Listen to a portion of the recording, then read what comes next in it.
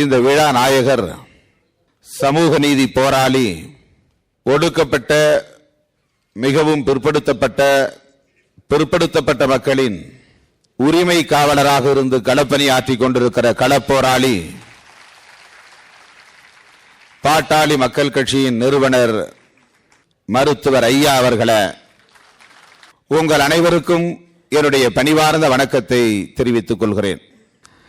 இந்த விழாவில் பங்கேற்று உங்களை பாராட்டுவதற்கான ஒரு அரிய வாய்ப்பை எனக்கு வழங்கியதற்காக வழக்கறிஞர் பாலு அவர்களுக்கும் பேரவையை சார்ந்த பொறுப்பாளர்களுக்கும் விடுதலை சிறுத்தைகளின் சார்பில் என்னுடைய நெஞ்சார்ந்த நன்றியை முதலில் தெரிவித்துக் கொள்கிறேன்.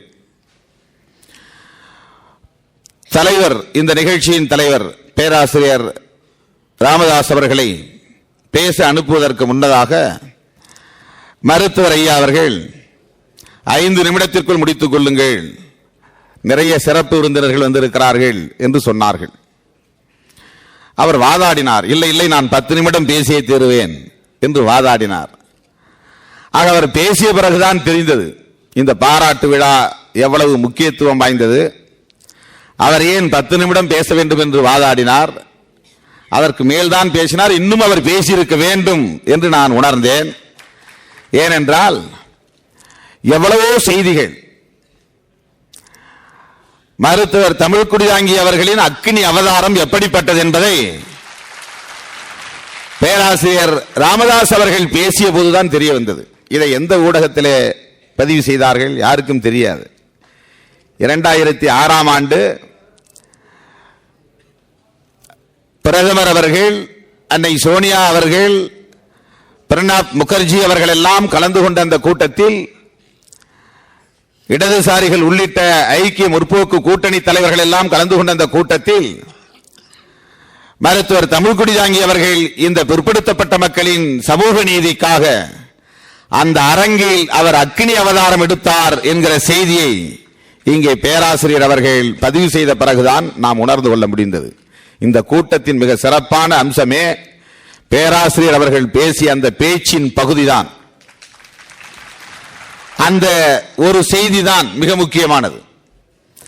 அன்றைக்கு அந்த இடத்தில் அவர் கோபப்படாமல் இருந்திருந்தால், அன்றைக்கு அந்த அவையில் அவர் ஆத்திரப்படாமல் இருந்திருந்தால், அன்றைக்கு அந்த அரங்கில் அவர் அக்கினி அவதாரம் எடுக்காமல் இருந்திருந்தால் இவ்வளவு பெரிய திருப்பு முனை ஏற்பட்டிருக்குமா என்று இன்றைக்கு நாம் எண்ணி பார்க்க வேண்டியிருக்கிறது.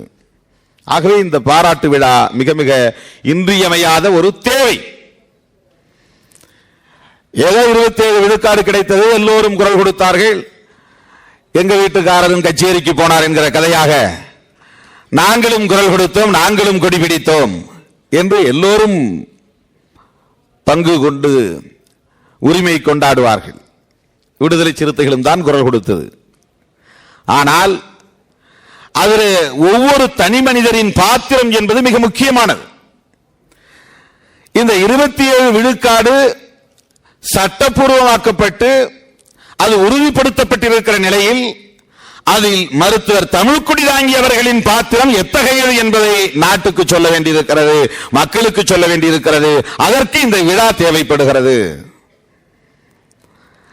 ஆக இந்த விழாவில் தலைமை தாங்கி இருக்கிற பேராசிரியர் அவர்கள் சுட்டிக்காட்டிய அந்த நிகழ்வு இருக்கிறதே, அது மிக முக்கியமான ஒரு நிகழ்வு, மிக முக்கியமான ஒரு செய்தி. இது எப்போது நடந்தது என்று நான் மருத்துவர் ஐயா அவர்களிடத்தில் கேட்டேன். அப்போது அவர் சொன்னார், 2006ஆம் ஆண்டு எல்லோரும் இருந்தார்கள். அதன் பிறகு அவர்கள் என்னை கூப்பிட்டு சமாதானப்படுத்தினார்கள். அன்றைக்கு நாம் இப்படி பேசாமல் இருந்திருந்தால் இதில் இவ்வளவு பெரிய திருப்பு முனை ஏற்பட்டிருக்காது என்பதை அவர் உறுதிப்படுத்தினார்கள். ஆகவேதான் இங்கே எல்லோரும் மருத்துவர் தமிழ்குடிதாங்கி அவர்களை 2ஆம் பெரியார் என்று இங்கே பாராட்டியிருக்கிறார்கள், போற்றியிருக்கிறார்கள், வாழ்த்தியிருக்கிறார்கள், முன்மொழிந்திருக்கிறார்கள். நானும் விடுதலை சிறுத்தைகளின் சார்பில் அதை வழிமொழிய கடமைப்பட்டிருக்கிறேன். பொதுவாக சாதாரண குடிமக்கள் சட்டம் இதை சொல்கிறது என்றால் சட்டமே சொல்கிறதா சரி என்று தலையாட்டிவிட்டு நாம் போய்விடுவோம். சட்டத்தை நடைமுறைப்படுத்துவது காவல்துறை, சட்டத்தை நடைமுறைப்படுத்துவது நீதித்துறை, சட்டத்தை நடைமுறைப்படுத்துவது வருவாய்த்துறை. ஆக சட்டம் இதை சொல்கிறது எனவே இதற்கு நீ கட்டுப்படு என்கிற போது அதற்கு அடங்கி போவது, வணங்கி போவது சாதாரண மக்களின் நிலை. சட்டமே இதை சொல்கிறதா? சட்டம் இதை சொன்னாலும் இது குற்றம் என்று சொல்லக்கூடிய போர்க்குணம் தந்தை பெரியாருக்கு இருந்தது. அந்த ஆத்திரம் இருந்தது, அந்த கோபம் இருந்தது. அதுதான் செண்பகம் துரைராஜ் வழக்கிலே நடந்தது.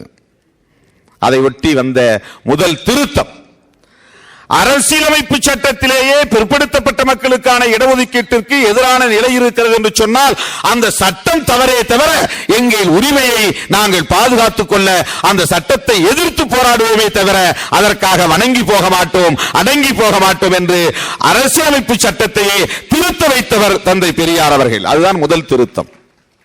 இது அரசியலமைப்பு சட்டம் இந்திய அரசின் உச்சநிலையான சட்டம். அது எல்லா சட்டங்களிலும் முதன்மையான சட்டம், தலையாய சட்டம். தலை விதி என்றால் அதுதான் தலை விதி, தலையாய விதி என்று பொருள். தலையிலே எழுதப்பட்ட விதி என்று பொருள் அல்ல. இதெல்லாம் தலை விதி என்று சொல்லுகிறார்களே, அப்படி என்றால் என்ன பொருள் என்றால் உன்னை ஆளுகிற நாட்டின் அரசின் தலையாய சட்டத்தின் அடிப்படையில் இப்படி நீ கிடக்கிறாய் என்று பொருள். த பிரைமரி லா, கான்ஸ்டிடியூஷனல் லா, தலை விதி, தலையாய விதி, அது எப்படி இருக்கிறதோ அப்படித்தான் உன் வாழ்க்கை இருக்கும் என்று பொருள். அந்த விதியில், அந்த சட்டத்தில் உனக்கு இடஒதுக்கீடு இல்லை என்று சொல்லப்பட்டிருக்கிறது. எனவே உனக்கு இடஒதுக்கீடு இல்லை என்று செண்பகம் துரைராஜ் வழக்கில் அன்றைக்கு தீர்ப்பளித்த போது அதை எதிர்த்து வீதிக்கு வந்தவர் தந்தை பெரியார் அவர்கள். அந்த சட்டம் அப்படி சொல்லி இருந்தால் அந்த தலைவிதியையே திருத்துவேன், அதற்காக நான் போராடுவேன் என்று களம் குதித்தவர் தந்தை பெரியார் அவர்கள். அதனால் முதல் திருத்தம் வந்தது. சட்டத்தை திருத்தியவர் பெரியார், சட்டத்தை படைத்தவர் மருத்துவர் ஐயா அவர்கள்.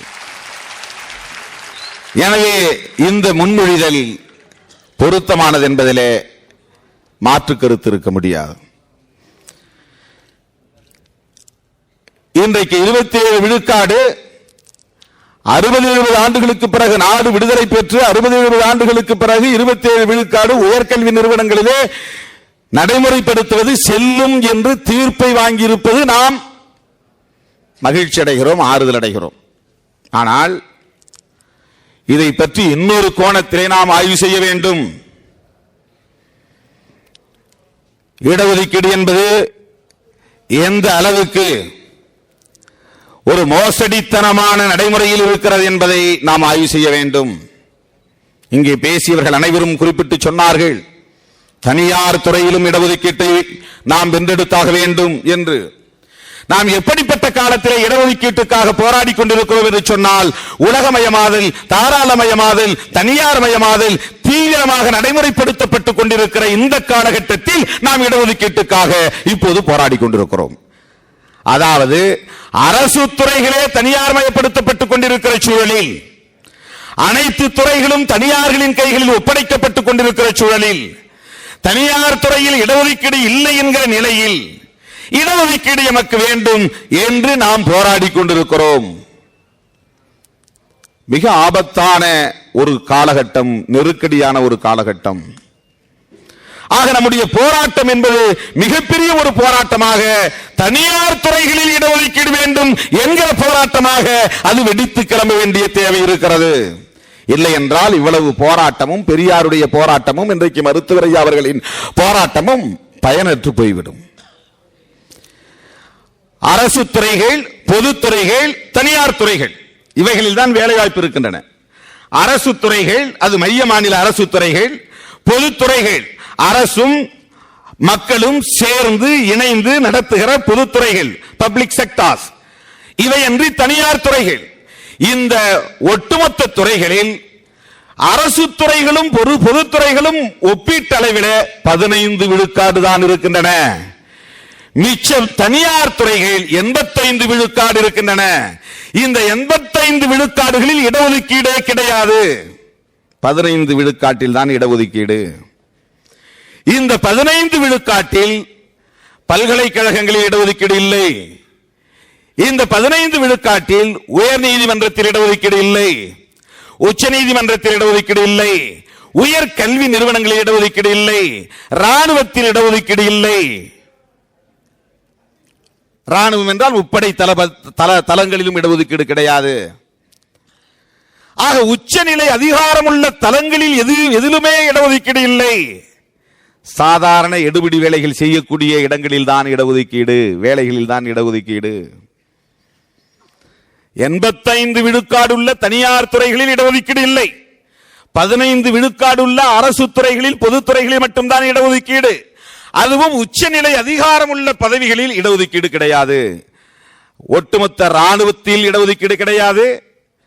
உயர் நீதிமன்றம், உச்ச நீதிமன்ற பதவிகளிலே இடஒதுக்கீடு கிடையாது. பல்கலைக்கழகங்களில் பேராசிரியர்கள், துணைவேந்தர்கள், பதிவாளர்கள் போன்ற பதவிகளிலே இடஒதுக்கீடு கிடையாது. ஆக அதிகாரமுள்ள மையங்களில் இடஒதுக்கீடு இல்லை. வேற எங்கே இடஒதுக்கீடு? எழுத்தர் பணிகளிலே இடஒதுக்கீடு, கலாசி வேலைகளிலே இடஒதுக்கீடு, எடுபிடி வேலைகளிலே இடஒதுக்கீடு, கக்கூஸ் கழுவுவது, பெருக்குவது, கூட்டுவது போன்ற வேலைகளிலே இடஒதுக்கீடு, மேலாளர் பதவிகளிலே இடஒதுக்கீடு. இதுக்குத்தான் இவ்வளவு பெரிய பாடு. தாழ்த்தப்பட்டோருக்கு, பழங்குடியின மக்களுக்கு அரசியலமைப்பு சட்டப்படி இடஒதுக்கீடு என்பது கல்வியிலும் வேலைவாய்ப்பிலும் உறுதிப்படுத்தப்பட்ட ஒன்று. நாடு விடுதலை பெற்ற பிறகும் அது உறுதிப்படுத்தப்பட்டிருந்தது. ஆனால் நாடு விடுதலை பெறுவதற்கு முன்பு பிற்படுத்தப்பட்ட மக்களுக்கு இடஒதுக்கீடு இருந்ததா இல்லையா? இருந்தது. இஸ்லாமியர்களுக்கு இடஒதுக்கீடு இருந்ததா இல்லையா? இருந்தது. மாநில அரசுகள் அவரவர் விருப்பம் போல இடஒதுக்கீட்டை நடைமுறைப்படுத்திக் கொண்டிருந்தார்கள். தமிழ்நாட்டிலே நீதி கட்சி ஆட்சியில் இருந்தது. சென்னை மாகாணத்திலே அன்றைக்கு இடஒதுக்கீடு இருந்தது. ஆனால் நாடு விடுதலை பெற்ற பிறகு அந்த இடஒதுக்கீடு என்ன ஆனது? மாநில அரசுகள் எங்கும் எதிலும் பிற்படுத்தப்பட்டவர்களுக்கு, இஸ்லாமியர்களுக்கு அல்லது சிறுபான்மை சமூகத்தை சார்ந்த யாருக்கும் இடஒதுக்கீடு இல்லை என்கிற நிலையை உருவாக்கிவிட்டார்கள். தாழ்த்தப்பட்ட பழங்குடியின மக்களுக்கு மட்டும் இடஒதுக்கீடு என்பது அரசியலமைப்பு சட்டப்படி உறுதிப்படுத்தப்பட்டது. அதற்கு அடிப்படையான ஒரு உண்மை இருக்கிறது. சமூக நீதி என்கிற சொல்லுக்கு அந்த உண்மையை நாம் புரிந்து கொண்டால், அந்த சொல்லின் பொருளை புரிந்து கொண்டால் அதற்கான அடிப்படை உண்மையை நாம் புரிந்து கொள்ளலாம். சமூக நீதி என்பது இன்றைக்கு நாம் பொதுவாக பயன்படுத்துகிற ஒரு சொல்லாடலாக கையாளுகிறோம். இடஒதுக்கீடு என்றால் சமூக நீதி, சமூக நீதி என்றால் இடஒதுக்கீடு என்று ஒரு பொது சொல்லாடலாக நாம் கையாளுகிறோம். ஆனால் அது அல்ல. சமூக நீதி என்பது சமூகத்தில் தகுதி அற்று கிடக்கிற, சாதியின் பெயரால் ஒடுக்கப்பட்டு கிடக்கிற, சோசியல் ஸ்டேட்டஸ் என்கிற சமூக தகுதியற்று கிடக்கிற மக்களுக்கு மட்டுமே வழங்கப்படுகிற நீதி சமூக நீதி. குறிப்பாக தாழ்த்தப்பட்ட பழங்குடியின மக்கள் பொருளாதாரத்திலே உயர்ந்திருந்தாலும், தாழ்த்தப்பட்ட பழங்குடி மக்கள் கல்வியிலே உயர்ந்திருந்தாலும், தாழ்த்தப்பட்ட பழங்குடி மக்கள் எவ்வளவுதான் அவர்கள் வேறு வகையிலே வலிமை பெற்றிருந்தாலும் அவர்கள் சமூக தகுதியற்றவர்களாக இழிவுபடுத்தப்படுகிறார்கள். இந்த இழிவும் வன்கொடுமையும் இந்த சமூகத்தில் வேறொருக்கப்படுகிற வரையில் இவர்களுக்கு வழங்கப்படுகிற ஒதுக்கீட்டிற்கு பெயர்தான் சமூக நீதி. Social status based justice. Social justice என்பதனுடைய உண்மை பொருள் அதுதான். சமூக நீதி என்பது சமூக தகுதி இழந்து போனவர்களுக்கு அல்லது மறுக்கப்பட்டவர்களுக்கு வழங்கப்படுகிற ஒரு நீதி. பாபு ஜெகஜீவன் ராம் இந்த நாட்டின் துணை பிரதமர் பொறுப்பு அளவுக்கு போனார். முப்படைகளின் தளபதி என்கிற அளவுக்கு, ராணுவ பாதுகாப்புத்துறை அமைச்சர் என்கிற அளவுக்கு உயர்ந்தார். ஜவஹர்லால் நேரு அவர்களுக்கு இணையான ஒரு அதிகாரம் பெற்றவராக விளங்கினார். அன்னை இந்திரா காந்தி அவர்களின் அன்பை பெறக்கூடிய அளவுக்கு, இன்னும் சொல்ல போனால் இந்திரா காந்தி அவர்களுக்கே வழிகாட்டக்கூடிய அளவுக்கு ஒரு முன்னோடியாக விளங்கினார். மிகப்பெரிய கோடீஸ்வரர். எத்தனை இடங்களில் அவர் இருக்கிறார். திராட்சை தோட்டங்கள், ஆப்பிள் தோட்டங்கள் இருக்கின்றன என்பதே அவருக்கு தெரியாது. ஆனால் உத்தரப்பிரதேசத்தில் சம்பூர்ணானந்தா அவர்களின் திருவுருவச் சிலையை திறந்து வைத்து விட்டவர் கீழே இறங்கியதும் அந்த சிலையில் கங்கா ஜலத்தை ஊற்றி சம்பரோட்சணம் செய்தார்கள், தீட்டு கிழித்தார்கள். ஏனென்றால் அவர் தாழ்த்தப்பட்டவர் என்கிற காரணத்தினால். எனவே பொருளாதாரத்தால், பதவியால், அதிகாரத்தால் ஒருவன் உயர்ந்தாலும் கூட அவனுக்கு சமூக இழிவு இன்னும் இருக்கிறது. இந்த இழிவை துடைக்கிற வரையில் அவனுக்கென்று வழங்கப்படுகிற நீதிக்கு பெயர் தான் சமூக நீதி, சோசியல் ஜஸ்டிஸ். ஆனால் இன்றைக்கு அது ஒரு பொது சொல்லாக கையாளப்படுகிறது. ஏன் என்றால் இந்த சமூக கட்டமைப்பில் தாழ்த்தப்பட்டவர்கள் மட்டுமல்ல, பிற்படுத்தப்பட்டவர்களையும் சூத்திர பட்டம் சூட்டி இழிவுபடுத்தப்படுகிறார்கள். அவர்கள் சூத்திரர்கள் என்று ஒதுக்கப்படுகிறார்கள். அவர்களுக்கு அதிகார மையங்களில் உரிமைகள் மறுக்கப்படுகின்றன. உயர் சாதி இந்துக்கள் அவற்றை அபகரித்துக் கொள்கிறார்கள். ஆகவே சூத்திரர்கள் என்று அழைக்கப்படுகிற இந்த பிற்படுத்தப்பட்ட சமூகத்தை சார்ந்தவர்களுக்கும் இடஒதுக்கீடு வேண்டும்.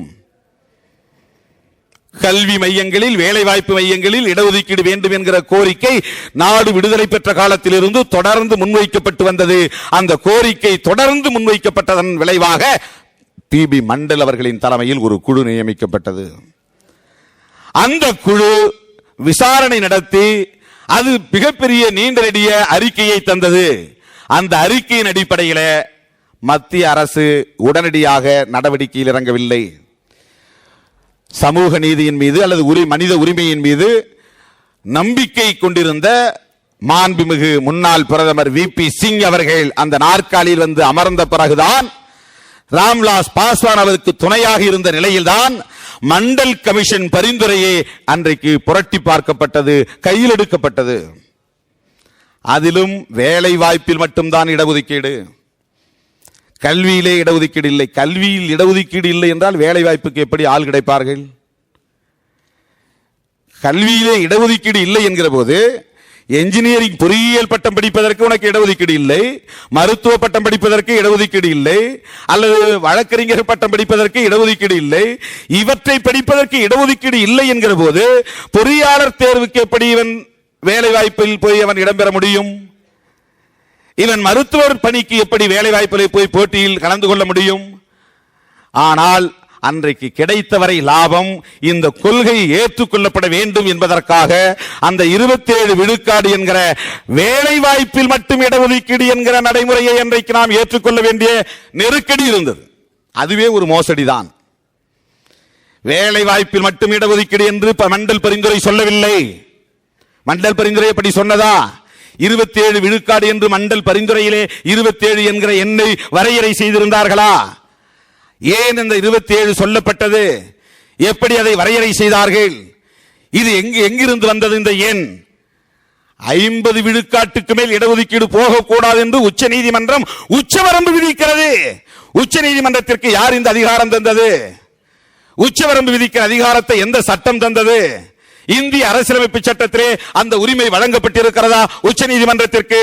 இதுவரையில் நாடாளுமன்றத்திற்கு அதிகாரம் உண்டா, உச்ச நீதிமன்றத்திற்கு அதிகாரம் உண்டா என்கிற விவாதம் ஏன் பெரிய அளவில் எழுப்பப்படவில்லை? உச்ச நீதிமன்றம் மூக்கை நுழைக்க கூடாது, உச்ச நீதிமன்றம் தலையிடக்கூடாது, இடஒதுக்கீடு கொள்கையிலே, சமூக நீதி கொள்கையிலே உச்ச நீதிமன்றம் தலையிடவே கூடாது என்கிற வகையில் ஏன் ஒரு வலுவான சட்டத்தை இயற்றக்கூடாது?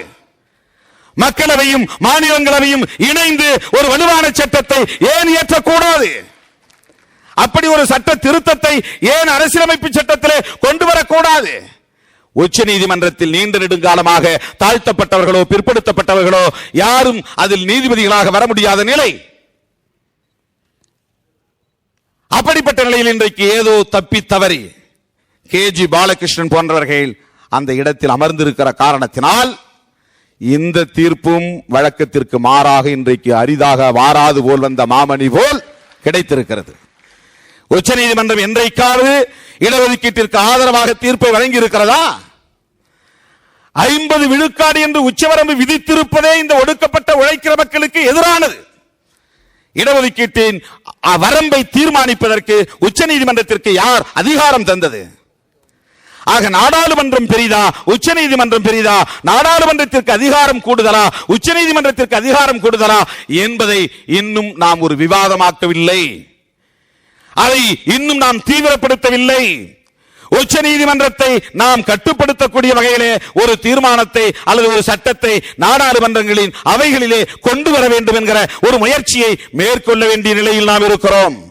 முதல் கட்டமாக இந்த 50 விழுக்காடு என்கிற உச்ச வரம்பை உடைத்தெறிய வேண்டும். தமிழ்நாட்டிலே இன்றைக்கு 69 விழுக்காடு என்கிற ஒரு நடைமுறை இருக்கிறது. ஒவ்வொரு ஆண்டும் பயந்துதான் இந்த நடைமுறையை இங்கே நிறைவேற்றிக் கொண்டிருக்கிறார்கள். இது 9வது அட்டவணையிலே சேர்க்கப்பட்டு விட்டதனால் பாதுகாப்பு என்று நாம் கருதி கொண்டிருக்கிறோம். KG பாலகிருஷ்ணன் அவர்கள் விடுப்பிலே இருந்த காலத்தில் இடையிலே ஒரு நீதிபதி ஒரு தீர்ப்பு வழங்கிவிட்டான். என்ன தீர்ப்பு என்றால் 9வது அட்டவணையிலே சேர்க்கப்பட்ட அனைத்தையும் விசாரிப்பதற்கு, ஆராய்வதற்கு, கருத்து சொல்வதற்கு, தீர்ப்பு சொல்வதற்கு உச்ச நீதிமன்றத்திற்கு அதிகாரம் உண்டு என்ற ஒரு இடைவெளியை உருவாக்கிவிட்டான். ஆக 9வது அட்டவணையில் சேர்க்கப்பட்ட அனைத்தையும் இதுவரையில் விசாரிக்காமல் இருந்தார்கள் அல்லது ஆராயாமல் இருந்தார்கள், கேள்விக்குள்ளாக்காமல் இருந்தார்கள். இந்த தீர்ப்பு அதற்கான வழியை உருவாக்கிவிட்டது. இப்போது 69 விழுக்காடு தொடர்பாக நீதிமன்றத்தில் இருக்கிற வழக்கில் எந்த நேரத்தில்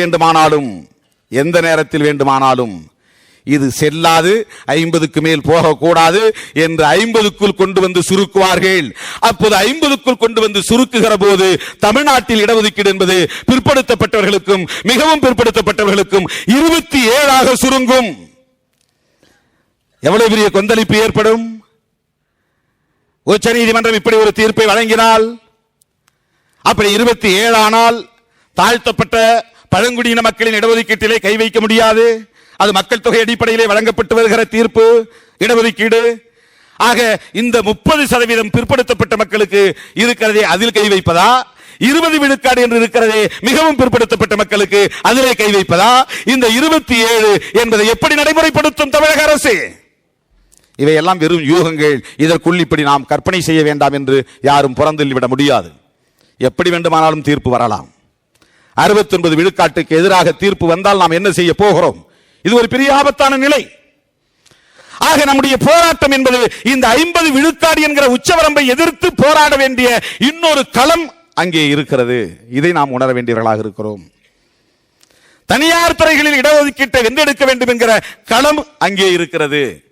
இதை எல்லாவற்றையும் விட இன்னொன்று கிருமி லேயர். கிருமி லேயர் அல்ல, கிருமி லேயர்.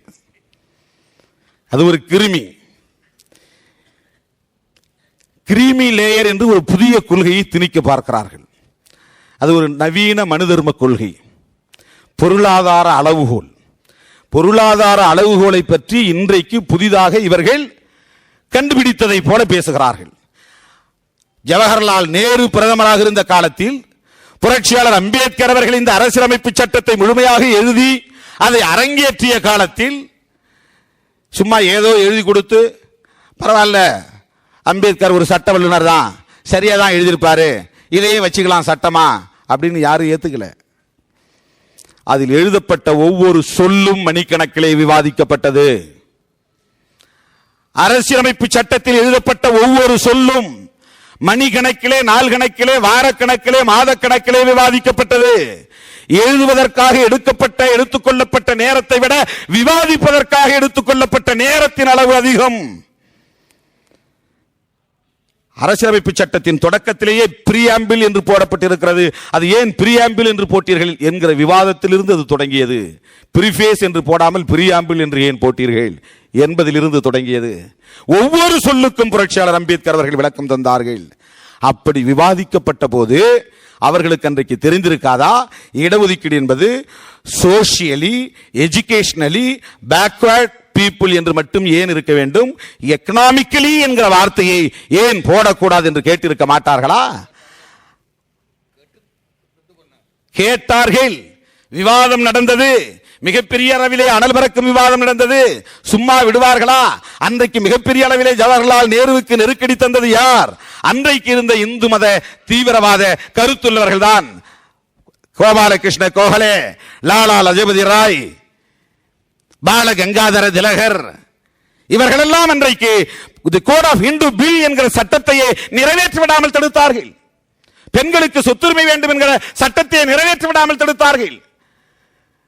இந்த இடஒதுக்கீட்டிலே பொருளாதார அடிப்படையில் தான் இடஒதுக்கீடு தந்தே தீர வேண்டும் என்று வாதிட்டார்கள். இன்றைக்கு அந்த டிராப்டிங் கமிட்டி என்கிற வரைவு குழுவிலே இருந்த உறுப்பினர்கள் யாருமே புரட்சியாளர் அம்பேத்கர் அவர்களுக்கு ஒத்துழைப்பு தரவில்லை.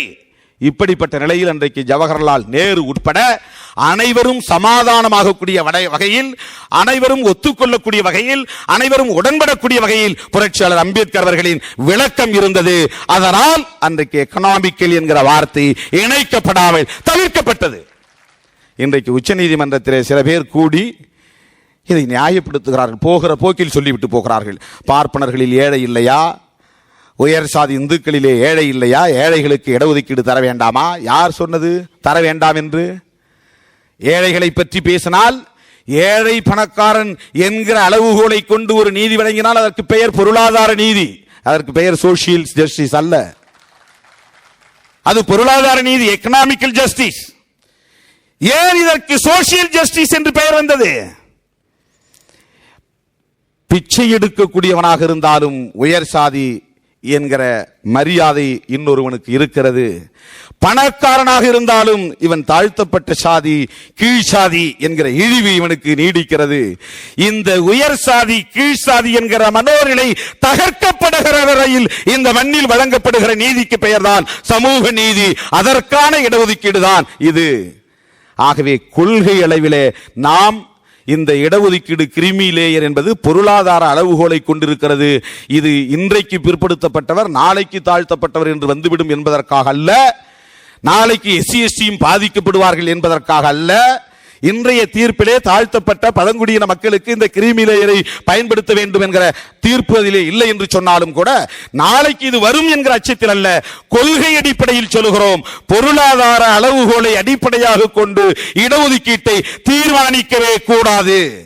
ஏனென்றால் பொருளாதார அளவுகோலை அடிப்படையாக கொண்டு இந்த இடஒதுக்கீட்டை தீர்மானித்தால் சமூக நீதியை சவக்குழி தோண்டி புதைத்து விடுவார்கள். பிறகு சமூக நீதி என்கிற கொள்கை செத்து போனால், சமூக நீதி என்கிற கொள்கை செத்து போனால் ஏழை எளிய ஒடுக்கப்பட்ட மக்கள், அடித்தட்டிலே கிடக்கிற மக்கள், தன்மானத்தோடு தலைநிமிர்ந்து வாழ்வதற்காக துடித்துக் கொண்டிருக்கிற மக்கள் எந்த காலத்திலும் தலைநிமிர முடியாது. இந்த மண்ணில் சமூக நீதி தழைக்க வாய்ப்பே இல்லை. அவர்கள் சமத்துவத்தை எண்ணி பார்க்கவே முடியாது. எனவே இங்கு நடைபெற்றுக் கொண்டிருக்கிற போராட்டம் சமூக நீதியை பாதுகாப்பதற்கான போராட்டம். எனவே பொருளாதார அளவுகோல் எந்த வடிவத்தில் வந்தாலும் அதை நாம் அனுமதிக்க கூடாது, எந்த பெயரில் வந்தாலும் அதை நாம் அனுமதிக்க கூடாது, எந்த திசையில் இருந்து வந்தாலும் அதை நாம் அனுமதிக்க கூடாது. இன்றைக்கு அவர்களின் சூழ்ச்சி என்ன, சூது என்ன?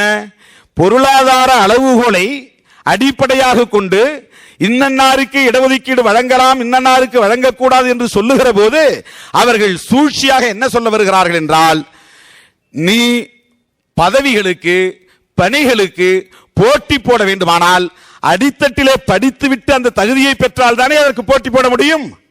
ஐஏஎஸ் படித்த ஒருவனின் பிள்ளைதான் ஐஏஎஸ் படிக்கிறது. மேலோட்டமாக பார்க்கிற போது இது சரியான வாதம்தான். ஆனால் ஐஏஎஸ் அளவுக்கு காம்படிட்டராக, போட்டியாளராக ஒருவனுடைய களத்திலே போட்டியிடுவதற்கு ஆடு மாடு மேய்க்கிறவனின் பிள்ளை வந்து இந்த களத்தில் இப்போது போட்டி களத்தில் வந்து நிற்க முடியாது, அதற்கு வாய்ப்பில்லை. மருத்துவ படிப்புக்கு இன்றைக்கு போய் சேர வேண்டுமானால், கல்லூரியிலே போய் சேர வேண்டுமானால் 2 இட்லி இத்தனை ரூபாய், ஒரு பூரி செட் இவ்வளவு ரூபாய் என்று எழுதி போட்டிருப்பதை போல MBBS 30 லட்சம், MD 40 லட்சம் என்று தனியார் கல்லூரிகளிலே விற்பனை செய்கிறார்கள். அது எல்லோரும் அறிந்த உண்மைதான். 30 லட்சம் 40 லட்சம் பணம் கொடுத்து விட்டு மருத்துவக் கல்லூரியிலே ஆடு மாடு மேய்ப்பவனின் பிள்ளைகள் படிக்க முடியுமா? ஆக மருத்துவ பணிகளுக்கு போட்டி நடக்கிற போது, தேர்வு நடக்கிற போது அங்கே போட்டியிடுவதற்கு ஆடு மாடு மேய்க்கிறவனின் பிள்ளை எப்படி போய் போட்டியிலே கலந்து கொள்ள முடியும்? அங்கே ஒரு டாக்டரின் பிள்ளை தான் கலந்து கொள்ள முடியும். ஏனென்றால் அவன் பிள்ளைதான் 30 லட்சத்தையோ 40 லட்சத்தையோ கொடுத்து விட்டு MBBS படித்து விட்டு அவன் ஒரு போட்டியாளராக களத்திலே போய் நிற்க முடியும். ஒட்டுமொத்தத்தில் போட்டியாளர்களே இல்லை என்கிற நிலையை உருவாக்குவதற்கான ஒரு சதிதான் இது, ஒரு சூழ்ச்சி தான் இது. படிப்பதற்கே ஆள் இல்லை, ஆகவே பணியாளர்களுக்கு பதவிகளுக்கு ஆள் இல்லை என்கிற நிலையை ஒரே தலைமுறையில் அவர்கள் உருவாக்கி விடுவார்கள். உயர் பதவிகளுக்கு உரிய தகுதியுள்ள ஆட்கள் யாரும் இல்லை. எனவே 27 விழுக்காட்டை நடைமுறைப்படுத்த வேண்டிய தேவையில்லை, இதை பொது போட்டியிலே நீங்கள் தள்ளிவிடுங்கள் என்று பிற்காலத்தில் அதை பொது போட்டியிலே தள்ளிவிடுவார்கள், ஓபன் காம்படிஷனுக்கு தள்ளிவிட்டு விடுவார்கள். ஆக இடஒதுக்கீட்டை எப்படியெல்லாம் மறைமுகமாக நடைமுறைப்படுத்த விடாமல் தடுக்க முடியுமோ அப்படியெல்லாம் தடுக்கிற முயற்சிகளை உயர் சாதி மனநிலையில் உள்ளவர்கள் செய்து கொண்டிருக்கிறார்கள். அரசு ஊழியர்களுக்கு நன்றாக தெரியும். 6 OMs அபிஷியல் மெமரண்டம்ஸ் போட்டார்கள். இவ்வளவு சிக்கல்களிலும் பதவி உயர்விலே இடஒதுக்கீடு இல்லை. இடஒதுக்கீடு எங்கெங்கு இல்லை பாருங்கள். இடஒதுக்கீடு என்பது பல்கலைக்கழகத்திலே இல்லை என்கிற அந்த வரிசை இருக்கிறதே, அந்த வரிசையை தாண்டி பதவி உயர்வில் இடஒதுக்கீடு இல்லை. ஏன் பதவி உயர்வில் இடஒதுக்கீடு இல்லை? உச்சநிலை அதிகாரத்தில் அந்த வழியாக கூட வந்து விடக்கூடாது. என்ட்ரி பாயிண்ட், நுழைவாசலில் தான் உனக்கு இடஒதுக்கீடு. அந்த நுழைவாசலில் இடஒதுக்கீடு, அதுக்கு மேல நீ பதவியில வந்து நேரடியான டைரக்ட் ரெக்ரூட்மெண்ட், நேரடியான நியமனம் கிடையாது. நேரடியாக அதிலே இடஒதுக்கீட்டை நடைமுறைப்படுத்துவதில்லை. நீ ப்ரமோஷன், அதாவது பதவி உயர்வு, பணிமூப்பு அடிப்படையிலே பதவி உயர்வில் தான் வர வேண்டும். அதற்கு பதவி உயர்வில் இடஒதுக்கீடு இல்லை, அது தகுதி அடிப்படையில் தான். அப்போது நீ உச்சநிலை அதிகாரத்திற்கு வர முடியாது. எந்தெந்த வழியிலெல்லாம் இடஒதுக்கீட்டில் நீ உச்சநிலை அதிகாரத்திற்கு வர முடியாமல் தடுக்க முடியுமோ அந்தந்த வழியிலெல்லாம் தடுத்து வைத்திருக்கிறார்கள். ஒட்டுமொத்தத்திலே சாராம்சத்தை பார்க்கிற போது ஒரு உண்மையை சொல்லுகிறேன் தோழர்களே, தமிழ்நாட்டில் 18% தாழ்த்தப்பட்டவர்களுக்கு, 1% பழங்குடி மக்களுக்கு, இந்த 18% தாழ்த்தப்பட்ட மக்களின் இடஒதுக்கீட்டில் இந்த 60 ஆண்டு காலத்தில் எவ்வளவு முழுமையாக நடைமுறைப்படுத்தப்பட்டிருக்கிறது என்றால் 5%-இருந்து 6% மேல் இல்லை. ஆனால் பெயருக்கு 18%. இந்த 5% அல்லது 6% என்று சொன்னால் இதிலே 2% போகஸ், போலி சான்றிதழ். ஆக 4% தான் தாழ்த்தப்பட்ட மக்களுக்கான இடஒதுக்கீடு என்பது இந்த 60 ஆண்டு காலத்திலே நடைமுறைப்படுத்தப்பட்டிருக்கிறது. மிச்சம் 14% சும்மாவே வைக்கப்பட்டிருக்கிறது. தகுதிக்குரிய ஆள் இல்லை என்று சொல்லப்பட்டு கொண்டிருக்கிறது. ஏன் இந்த ஏமாற்று வேலை? இது தமிழக அரசுக்கு விடுக்கிற கேள்வி அல்ல, இது பொதுவாக இடஒதுக்கீடு தொடர்பான நடைமுறையில் இருக்கிற சிக்கலை சொல்லுகிறேன். இந்தியா முழுமைக்கும் தாழ்த்தப்பட்ட மக்களுக்கு 15%, பழங்குடி மக்களுக்கு 7.5%, ஆக மொத்தம் 22.5 விழுக்காடு. இந்த 15 விழுக்காட்டிலே தாழ்த்தப்பட்ட மக்களுக்கு அகில இந்திய அளவில் அரசு துறைகளிலே, பொதுத்துறைகளிலே எவ்வளவு இடஒதுக்கீடு நடைமுறைப்படுத்தப்பட்டிருக்கிறது? இந்திய அரசு வெள்ளை அறிக்கை வெளியிடுமா? 5% தாண்டாது. கலாசி வேலைகளிலே, கிளரிக்கல் வேலைகளிலே, இப்படிப்பட்ட அடிநிலை கடைநிலை பணிகளிலே தான் இடஒதுக்கீடு நிரப்பப்பட்டிருக்கிறது. ஆனால் அதுவும் 5-6% தான். அந்த 5-6% கூட 2% குறையாமல் போகஸ், போலி சான்றிதழ், அதை இன்றைக்கு எல்லா துறைகளிலும் இருக்கக்கூடிய தாழ்த்தப்பட்டவர்கள் அடையாளம் கண்டு வழக்கு போட்டு வைத்திருக்கிறார்கள். ஆயில் நிறுவனங்களிலே இன்றைக்கு இடஒதுக்கீட்டில் போலி சான்றிதழ் பெற்றவர்கள் இருக்கிறார்கள். வங்கிகளிலே, ரயில்வே துறைகளிலே போலி சான்றிதழ் பெற்றவர்கள் இருக்கிறார்கள். அவர்கள் மீது ஏன் அரசு நடவடிக்கை எடுப்பதில்லை? ஒட்டுமொத்தத்தில் பார்த்தால் இதே நிலைதான் பிற்படுத்தப்பட்ட, மிகவும் பிற்படுத்தப்பட்ட மக்களுக்கும் வந்து நிற்கும். இந்த 27 விழுக்காடு என்பது முழுமையாக நிரப்பப்படுமா? ஆள் இல்லை, தகுதிக்குரிய ஆள் இல்லை என்கிற நிலையில் இது ஏமாற்றப்படும். தகுதிக்குரியவர்கள் யாரும் இல்லை என்கிற நிலையில் இது மோசடிக்கு உள்ளாக்கப்படும். எனவே இடஒதுக்கீட்டில் தனியார் துறையில் இடஒதுக்கீடு இல்லை என்பது பெரும்பங்கு இல்லாமல் போகிறது. அது ஒரு மோசடி. இருக்கிற அரசு துறைகளிலே, பொதுத்துறைகளிலே இடஒதுக்கீடு என்பது முழுமையாக நடைமுறைப்படுத்தப்படவில்லை என்பது மிகப்பெரிய மோசடி. அந்த துறைகளில் கூட இன்றைக்கு பதவி உயர்வுகளிலே இடஒதுக்கீடு இல்லை என்பது மிகப்பெரிய மோசடி. பதவி உயர்வுகளிலே இடஒதுக்கீடு இல்லை என்பது மிகப்பெரிய மோசடி. இதிலும் உங்களுக்கு மிக முக்கியமான கேந்திர துறைகளிலே, ராணுவம், பல்கலைக்கழகம், உச்ச நீதிமன்றம், உயர் நீதிமன்றம் ஆகியவற்றில் இடஒதுக்கீடு இல்லை என்பது மிகப்பெரிய மோசடி. கூட்டி கழித்து பார்த்தால் உழுதவனுக்கு ஆழாக்கும் பயனில்லை என்பதை போல இடஒதுக்கீடு கூட்டி கழித்து பார்த்தால் கொள்கை அளவிலே நமக்கு இடஒதுக்கீடு இருக்கிறது என்பதை தவிர வேறொன்றும் நடைமுறையில் பயனில்லை என்பதுதான் தோழர்களே இன்றைக்கு நாம் உணர வேண்டிய செய்தியாக இருக்கிறது. நம்முடைய சமூக நீதி போராளி, சமூக நீதி காவலர் மருத்துவர் ஐயா அவர்கள் இப்படிப்பட்ட இந்த விரிந்த களத்திலே சிந்தித்து போராட வேண்டிய மிகப்பெரிய கடமையை தோள்களில் சுமந்து கொண்டிருக்கிறார் என்பதை நினைவூட்ட வேண்டியது அவருடைய தம்பி என்கிற முறையிலே என்னுடைய கடமை. ஆகவே நான் சுட்டி காட்டுகிறேன், எந்த நேரத்திலும் இந்த களத்தில் உங்களுக்கு 100% விழுக்காடு திருமாவளவனும் விடுதலை சிறுத்தைகளும் உறுதுணையாக நிற்போம். உச்சவரம்பை உடைத்தாக வேண்டும், தனியார் துறைகளில் இடஒதுக்கீட்டை வென்றாக வேண்டும். இல்லையே சமூக நீதியை தூக்கி குப்பையிலே போட்டுவிட்டு தந்தை பெரியார் சொன்ன கொள்கைப்படி 100% விழுக்காடு இடஒதுக்கீட்டு நடைமுறையை கொண்டு வர முயற்சிப்போம். ஒரே கோரிக்கை இதுதான். நீண்ட நெடுங்காலமாக நீங்களும் வலியுறுத்துகிற ரெண்டு முக்கியமான செய்தி, மிக மிக முக்கியமான செய்தி, வரலாற்று முக்கியத்துவம் வாய்ந்த செய்தி. இந்த இரண்டுக்காகவே விடுதலை சிறுத்தைகளும் பாட்டாளி மக்கள் கட்சியும் கடைசி வரையில் நின்று போராட வேண்டிய தேவை இருக்கிறது. ஒன்று, சாதிவாரி அடிப்படையில் மக்கள் தொகை கணக்கெடுப்பு. எல்லோருக்கும் எல்லாம் போய் சேர வேண்டும். அனைத்து துறைகளிலும் அனைவருக்கும் இடஒதுக்கீடு கிடைக்க வேண்டும்.